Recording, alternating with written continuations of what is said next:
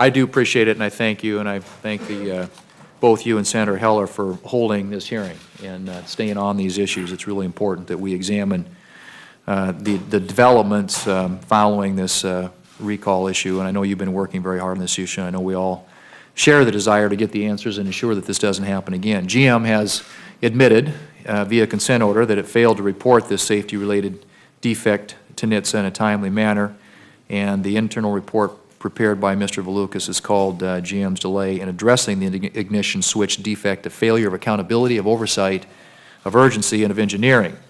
And as we all know, these delays cost lives, and I know I express my deepest sympathies to those who were injured or lost loved ones in car accidents involving the GM vehicles that have now been recalled. And I guess the question I have, I'd like to direct to Ms. Barra, and I welcome, I would say, the very public steps that you've taken thus far to address the needed changes within GM, some of which you've discussed in your written testimony. But I'm also reminded of statements that your immediate predecessor, Mr. Akerson, also discussed in his efforts to create a culture of accountability at GM following the company's bankruptcy and federal bailout. Mr. Valukas uncovered many troubling findings regarding a lack of accountability and urgency among GM employees and senior managers, and my question is, in your view, are these vestiges of the past or a sign that a cultural change has yet to take hold at GM? I think when you look at culture change, it happens over a long period of time, and it's by leadership actions. I would say Mr.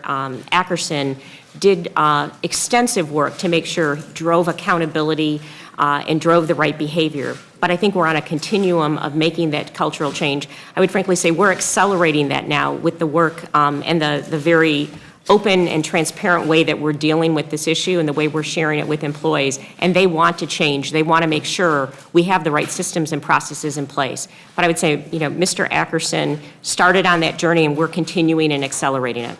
And how do you plan to measure that change?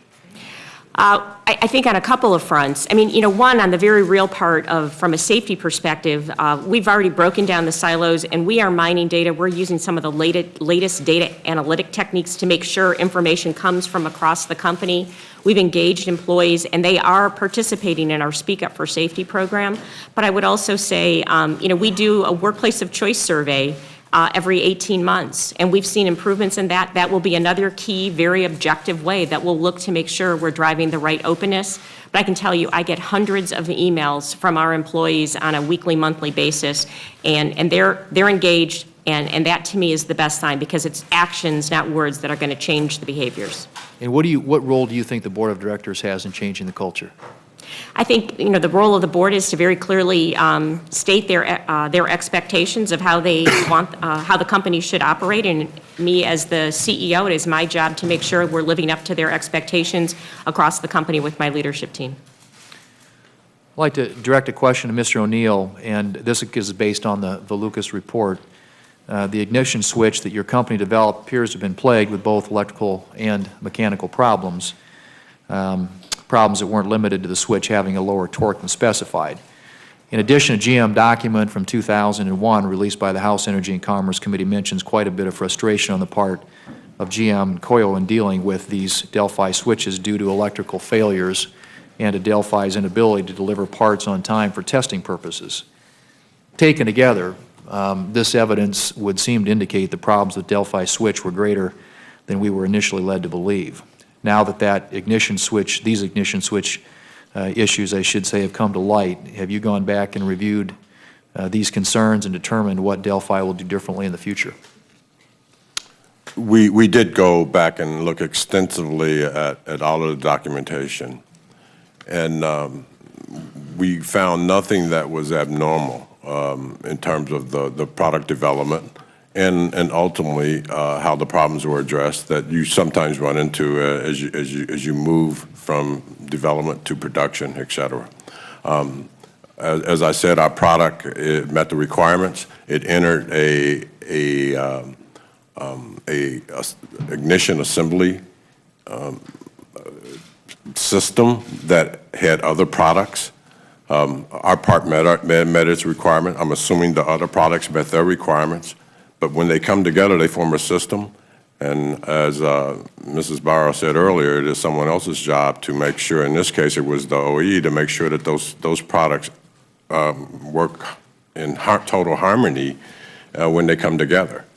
And so we've gone back and understood our role in that. I think the new legislation of how safety systems interact from a safety perspective versus part, we totally embraced. And we will work diligently with General Motors over this issue. In 2006, GM authorized a change the ignition switch, but didn't change the part number. As a supplier, is it a common practice for Delphi to allow a manufacturer to change a part and not change the part number?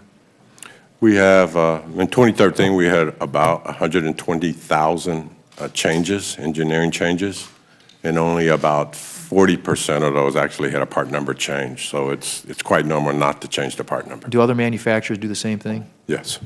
Okay. Madam Chair, my time's expired. Thank you. Thank you. Thank you very much.